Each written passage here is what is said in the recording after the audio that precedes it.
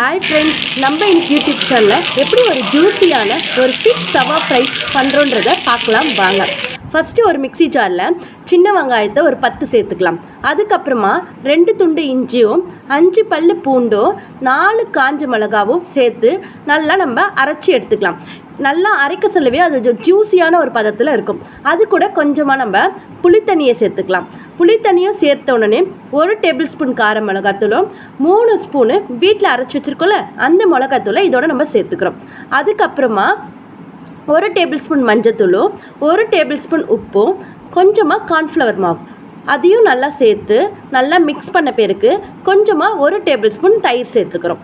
இது எல்லாத்தையும் நல்லா மிக்ஸ் பண்ணணுமே நமக்கு ஒரு ரொம்ப திக்காக இல்லாமல் ஒரு லைட்டாக கொஞ்சம் தண்ணியாக இருக்க மாதிரி ஒரு கன்சிஸ்டன்சியில் நமக்கு வந்துடும். எதுக்காகனா இப்போ நம்ம இதில் மீன் போட்டோன்னே ஒரு 1/2 hour ஊற அந்த மீன் என்ன இருக்கும்னா நல்லா ஒரு ஜூஸியாக ஒரு டேஸ்ட்டு கொடுக்கும். நமக்கு இதுக்காக தான் லைட்டாக தண்ணியான பதத்தில் வச்சுருக்கோம். 1/2 hour நல்லா ஊற வச்சு இப்போ நம்ம இதை எடுத்துருக்கோம். இப்போ நம்ம இதை ஃபிஷ் ஃப்ரை பண்ணலாம்.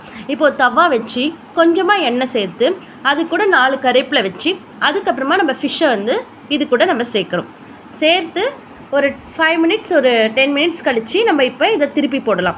நல்லா பார்த்தாலே தெரியும் உங்களுக்கு, நல்லா ரெட் கலரில் அந்த சில்லிலாம் நம்ம போட்டோம்ல அதனால் நல்லா ரெட்டிஷாக இருக்கும். அதே மாதிரி நார்மல் ஃபிஷ் ஃப்ரை மாதிரி இல்லாமல் இது ஒரு நல்ல ஜூஸியான ஃபிஷ் ஃப்ரையாக இருக்கும். உங்களுக்கு சாப்பிட்றதுக்கு ஒரு வித்தியாசமாக இருக்கும், ரொம்ப நல்லா டேஸ்ட்டாகவும் இருக்கும்.